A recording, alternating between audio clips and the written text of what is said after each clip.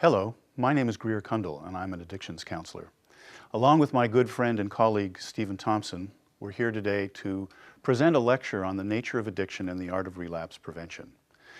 Both of us come to our knowledge of this subject matter through our own ways. Mine is particularly through my own experiences, and that has to do with the fact that for 24 years approximately, I was addicted to various forms of addictive substances, particularly alcohol, marijuana, nicotine, and so on. And I wasn't aware that that was going on particularly, which a number of you who are watching this will know is the active denial, psychological denial that was going on. But eventually, a perfect storm happened.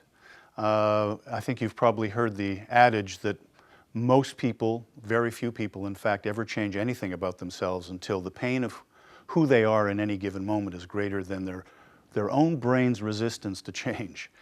The other adage that I want to throw in here is, you know the old one that says you can lead a horse to water, but you can't make the horse drink? Well, the other part of that is you can make the horse very thirsty. Well, a combination of those things coming together, the pain, the shame, and the hammer, this perfect storm wound me up, if you will, in an intensive outpatient treatment program.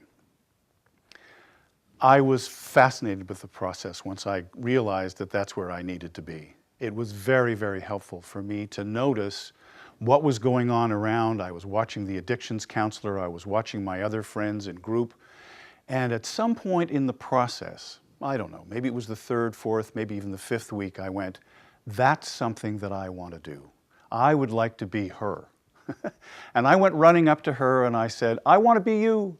And she just laughed, bless her heart. And she said, yeah, I've heard that all before.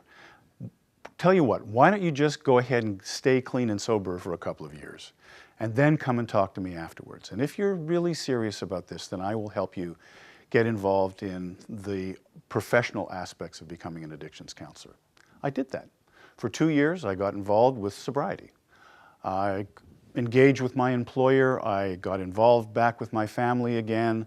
I got very active involved in the various programs that were helpful for addicts. After those 2 years, I went back to my addictions counselor and asked her for her help in getting involved in the field, and she was great. So the first thing she suggested I do was get to a community college, and I took an academic year on addiction studies, basically. And after that, I was enrolled in a program, an academic year it was a psychiatric department through a teaching hospital, and wound up with a certification as an alcoholism counselor.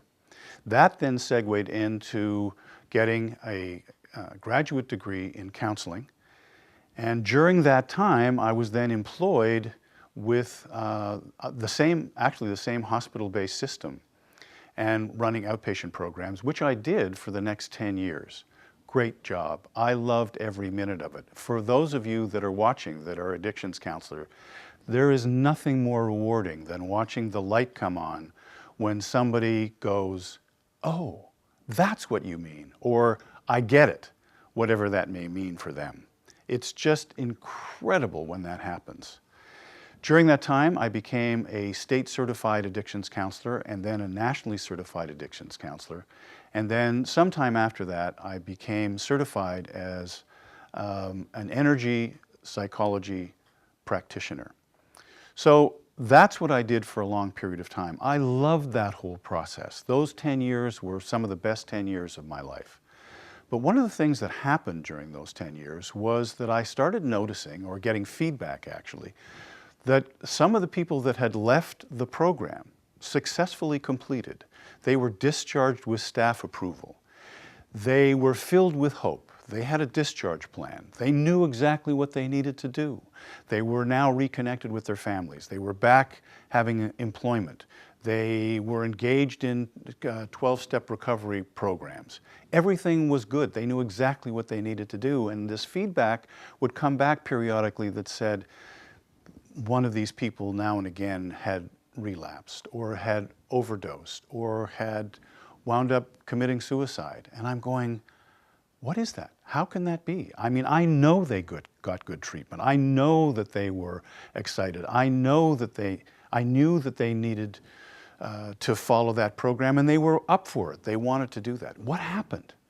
And that's when I started to deviate a little bit, and I started to get interested in the whole concept of relapse and relapse prevention. How can that happen when someone is that clear about what they need to do to stay sober and something happens that causes them to relapse? What I started to understand, and I came to recognize, and we're going to be talking about this at some great length, is that nobody gets up at 6 o'clock in the morning and says, you know, I can hardly wait until about, 6 o'clock tonight, and I'm going to take my 2 years or my 5 years or my 10 years of solid recovery, I'm going to flush it down the toilet. I'm going to start my using or my engaging in this behavior that got me into trouble in the first place, and I'm going to go right back and start doing it again. Oh boy, I can hardly wait. You know, that doesn't happen. That's totally illogical. Nobody in their right mind would ever do anything like that. What we discovered is that people do these things. It's an unconscious decision to wind up using, not a conscious one. So what we're going to be talking about as we move along in this program is what are the dynamics that cause an otherwise conscious individual to go into a state of unconsciousness or non-conscious reactivity.